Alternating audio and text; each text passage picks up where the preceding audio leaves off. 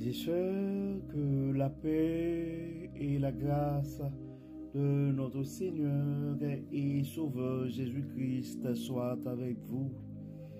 Ici est WH Redemption Ministries pour notre dévotion matinale pour ce jeudi 6 juin 2024. Toujours dans la mission de vous accompagner matinée après matinée, réveil après réveil, semaine après semaine, mois après mois sur le chemin du royaume de Dieu. Car l'essentiel, frères et sœurs, est dans le royaume de Dieu. La force est en Dieu, la protection est en Dieu, l'intelligence, la connaissance sont en Dieu, l'abondance est en Dieu, la sagesse est en Dieu, et l'espérance aussi est en notre Dieu. C'est pourquoi nous répétons à chaque instant, cherchons d'abord le royaume de Dieu et sa justice, et toutes les autres choses nous seront données en plus. Donc, bon réveil mon frère, bon réveil ma soeur, et bienvenue à notre dévotion matinale. Et vous savez, frères et sœurs, que la raison d'être de notre dévotion matinale, c'est de vous aider à vous réveiller avec Dieu. Car un réveil avec Dieu va nous aider à avoir une journée remplie de sa bonté et de sa faveur, et en accumulant des journées remplies de la faveur de Dieu, nous allons finir par avoir une année remplie et de sa bonté, et des années remplies de la bonté de Dieu vont finir par nous aider à avoir une vie comblée de ses plus riches bénédictions sur plusieurs générations. Oui, mon frère, oui, ma soeur, c'est ici la journée que l'Éternel a faite, et qu'elle soit pour nous un sujet de gloire et de louange. Que le nom de l'Éternel soit béni, que le nom de l'Éternel soit exalté, que le nom de l'Éternel soit glorifié, car il nous a permis de nous réveiller ce matin.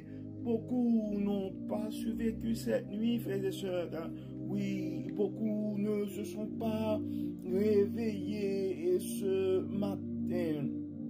Donc, les bontés de l'Éternel ne sont pas épuisées. Ses compassions ne sont pas à leur terme, frères et sœurs. Elles se renouvellent chaque matin.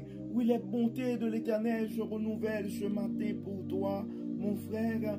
Les bontés de l'Éternel se renouvellent pour toi ce matin, ma soeur. Peu importe la manière tu as passé la nuit, mais tu as compté parmi les vivants ce matin.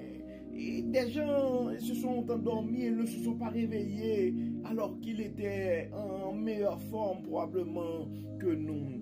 Donc, que le nom de l'Éternel soit béni. La parole nous dit que tous ceux qui respirent louent l'Éternel. Que tous ceux qui respirent louent l'Éternel. Donc, louons l'Éternel, frères et sœurs, rendons grâce à Dieu pour ses multiples bienfaits. Donc, ce matin, frères et sœurs, Dieu veut continuer à nous éduquer d'une certaine manière à travers le livre des Proverbes. Donc, le texte qui nous a été proposé ce matin, c'est Proverbes chapitre 31, et versets 10 à 31. En fait, le titre de ce verset et de ce texte dans la Bible du semeur, c'est Poème et de la femme de valeur. Et dans la version, la Bible Louis II, on parle surtout de la femme vertueuse. Donc, la parole commence pour dire qui se trouvera une femme de valeur, elle a bien plus de prix que des coraux. Son mari a confiance en elle. Il ne manquera pas de bien dans sa maison. Tous les jours de sa vie, elle lui fait du bien et non du mal.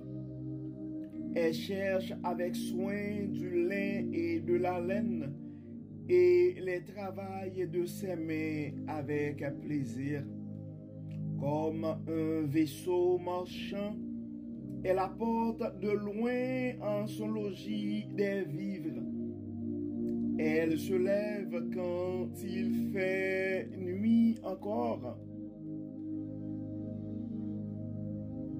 Pour voir en nourriture sa maisonnée, elle donne ses instructions à ses servantes.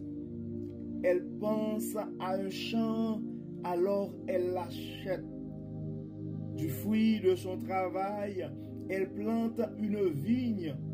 Avec plein d'énergie, elle se met à l'œuvre de ses bras affermés. Elle constate que ses affaires marchent bien. Jusque tard dans la nuit, sa lampe est allumée. Ses mains filent la laine et ses doigts tissent des vêtements. Elle ouvre largement la main à l'indigent et tend les bras aux pauvres. Pour elle et tous les siens, peu importe la neige, car toute sa famille est revêtue de doubles vêtements. Elle se fait des couvertures. Elle a des vêtements de fin lin et de pourpre. Son mari est connu aux portes de la ville, car il y siège avec les responsables du pays. Elle confectionne elle-même des habits et les vend, ainsi que des ceintures. Elle cède aux marchands. La force est une grande dignité et une grande dignité lui sert de parure. C'est avec le sourire qu'elle envisage l'avenir. Ses paroles sont sages. Elle disperse avec bonté l'enseignement. Elle veille à la bonne marche de sa maison et ne se nourrit pas du pain de la paresse. Ses fils se lèvent, la disent bienheureuse, et son mari aussi fait son éloge. Il a bien des filles qui montrent leur valeur, mais toi, tu les surpasses toutes. Or, le charme est trompeur, et la beauté fugace. La femme qui craint l'Éternel est digne de louange. Donnez-lui donc le fruit de son travail, qu'on dise ses louanges aux portes de la ville pour tout ce qu'elle fait.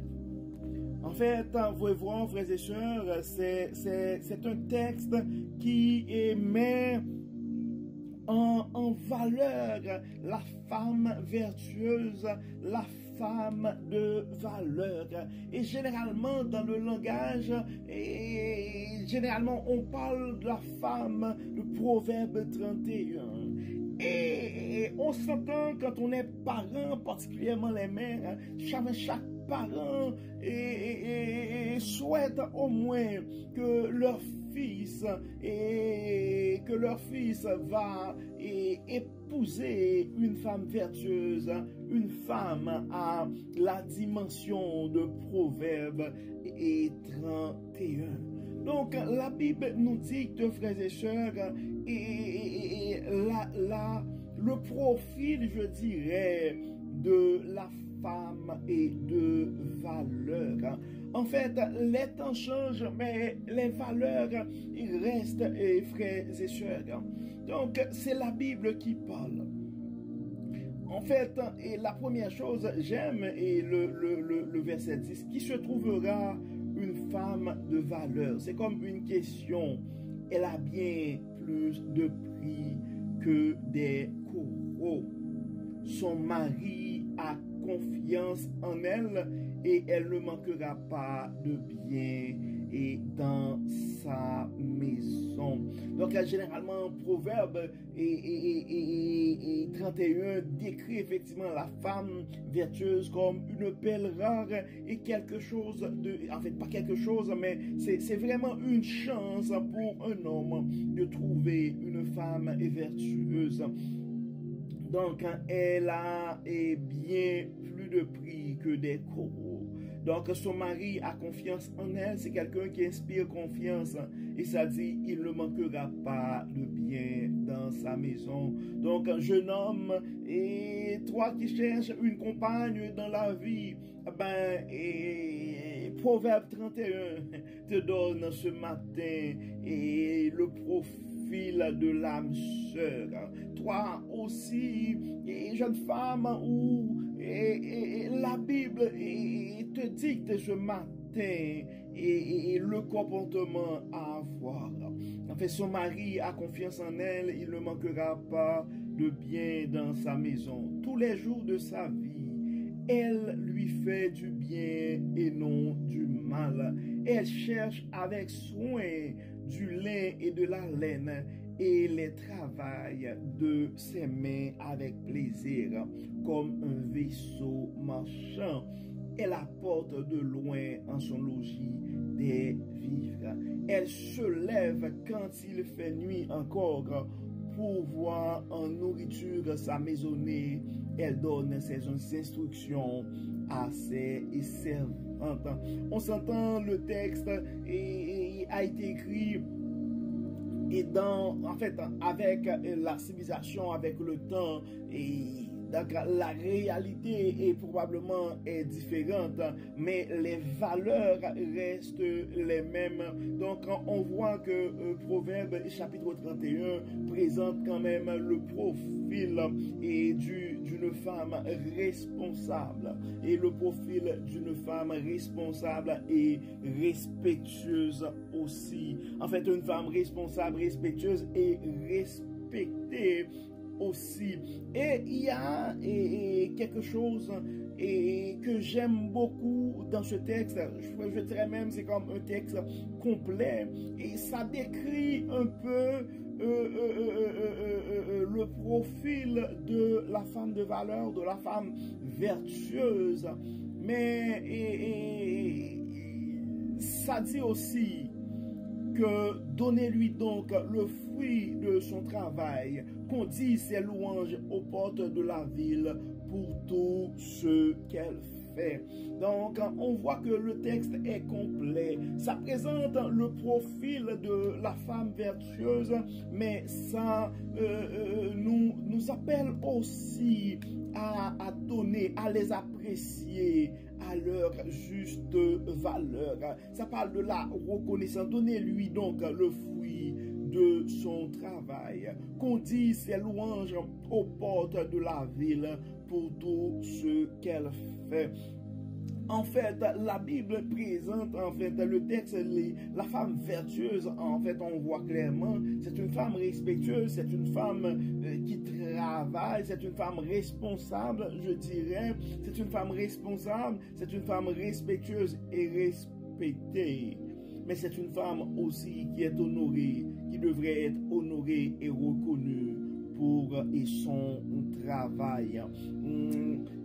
C'est quand même ses fils se lèvent, la disent bienheureuse et son mari aussi fait son louange. C'est Proverbe chapitre 31 verset 28.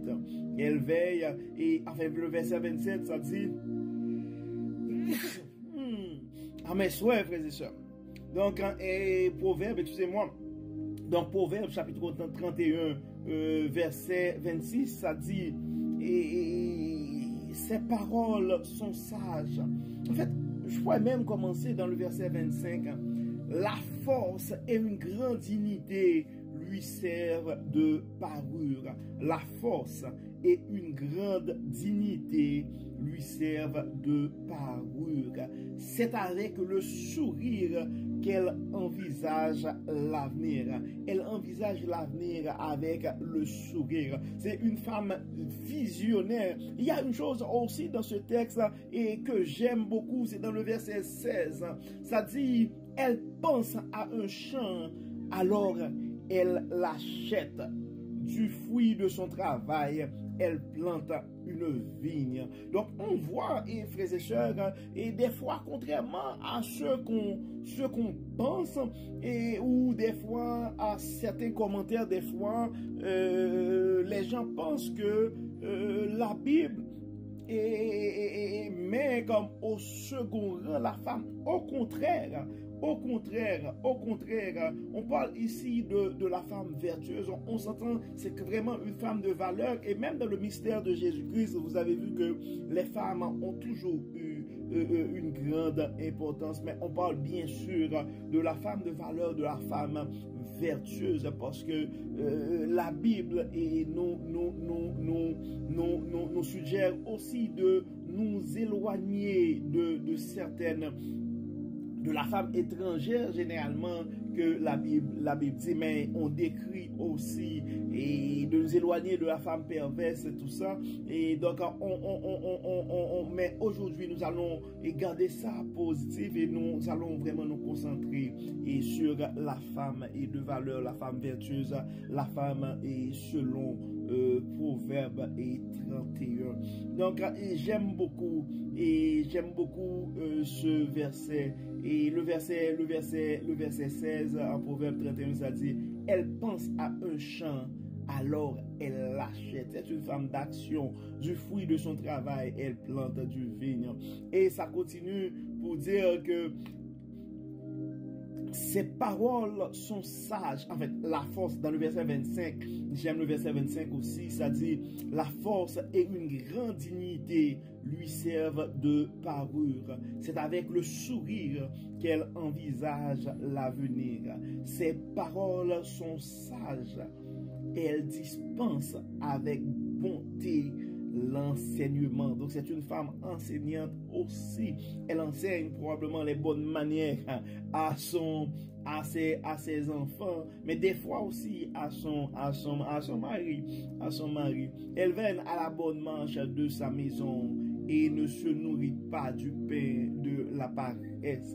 Ses fils se lèvent, la disent bienheureuse. Donc c'est une femme honorée par ses fils, respectée, honorée aussi par son mari. Parce que dans le verset 28, ça dit, ses fils se lèvent, la disent bienheureuse, et son mari aussi fait son éloge. Il y a bien des filles qui montrent leur valeur, mais toi, tu les surpasses toutes.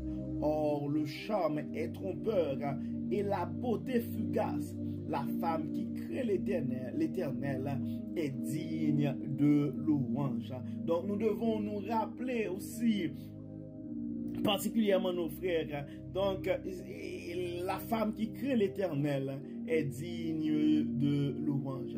Donc, nous allons, donc je pense que le texte se parle et tout seul. Donc nous allons prier, frères et sœurs. Probablement il y a des mamans ce matin qui prient Dieu pour que leur fils puisse trouver et la femme vertueuse, la femme selon Proverbe 31. Il y a des parents aussi, des pères qui rêvent que leur fille puisse avoir un comportement exemplaire et se comporte et que soit vue et comme une femme et selon Proverbe 31, une femme dont la force et une grande dignité lui servent de parure.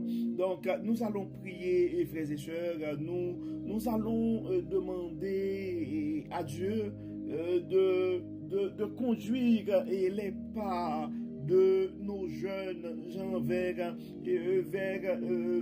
ce comportement-là. Et nous allons demander à Dieu de révéler à nos jeunes, et de nous révéler aussi, et pas seulement à nos jeunes, à nous tous, sa sagesse, afin que non seulement que les femmes puissent et prendre pour modèle et de vie et la description que nous avons dans Proverbe 31, mais afin que les hommes aussi puissent apprécier le travail et de ces femmes de valeur-là. Prions Dieu, frères et sœurs. Dieu de bonté, Dieu de miséricorde, nous te remercions Seigneur pour ton amour, nous te rendons grâce pour la manière que tu nous enseignes à travers ta parole. Et ce matin, Dieu Tout-Puissant, tu exposes devant nous et ce que l'auteur du livre des Proverbes appelle la femme de valeur ou la femme vertueuse. Aide-nous. Nous te demandons, Seigneur, et d'aider nos jeunes femmes, nos jeunes filles à apprendre et à considérer les enseignements, le modèle qui est présenté dans Proverbes chapitre 31.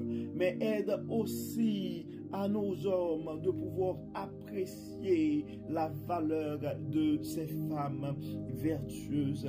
Et Dieu clément et Dieu de bonté, et nous savons avec notre nature pécheresse en tant qu'homme imparfait, des fois nous avons du mal à suivre tes enseignements, nous avons du mal à nous comporter comme il faut, je dirais.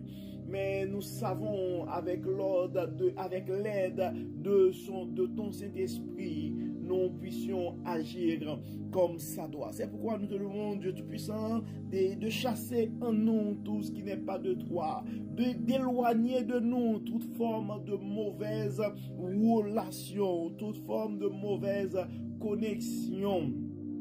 Et conduis, Seigneur, sur nos pas, sur les pas de nos enfants, des connexions divines et des hommes qui ont la crainte de l'Éternel, des femmes qui ont la crainte de l'Éternel. Nous aimerions intercéder ce matin et remettre entre tes mains et nos jeunes qui prennent la décision de se marier. Nous demandons, Dieu Tout-Puissant, de les accompagner dans leur démarche.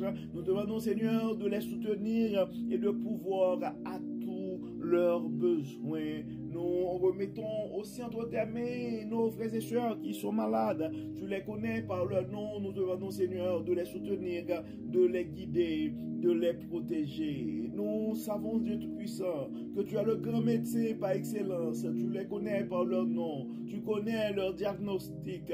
Tu connais, Seigneur, et les traitements que les médecins sont en train de proposer. Nous te remettons entre tes mains et notre soeur qui devrait subir une opération chirurgicale pour son cancer. Nous te demandons, Dieu clément, et d'être le médecin principal de cette intervention. Nous te demandons, Seigneur, de la soutenir, de l'assister et de la guider. Nous avons d'autres amis, d'autres proches, Seigneur, qui sont en train de souffrir avec des maladies et vraiment qui ont des douleurs atroces, des maladies et qui ont la réputation d'être des maladies incurables. Donc Dieu de Tout-Puissant et le grand médecin par excellence, toi qui as le contrôle de temps et des événements, nous donnons, Seigneur, de fortifier,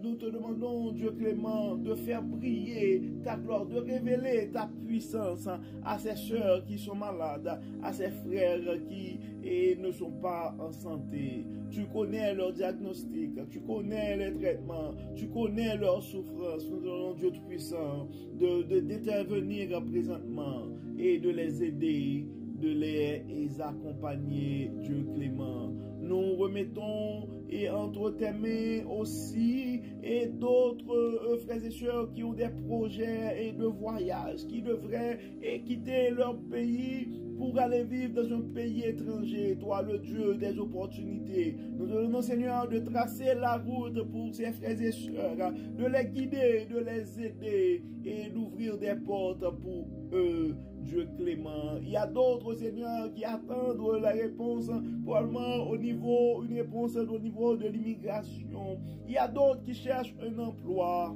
et tout appartient de Tout-Puissant. Nous te demandons de les aider, de les garder, de les protéger et de les donner un témoignage. Dieu clément, guide-nous, assiste-nous et que tout soit fait dans nos vies pour la gloire de ton nom. Au nom de Jésus, nous prions. Amen. Amen. Frères et sœurs, nous arrivons au terme de notre dévotion pour ce jeudi 6 juin 2024. Nous espérons que votre âme a été bénie et d'ici là, nous vous souhaitons une excellente journée sous le regard du Dieu Tout-Puissant. Que le Seigneur nous protège, que le Seigneur nous garde, qu'il nous accorde sa grâce. Au nom de Jésus. Amen. Amen.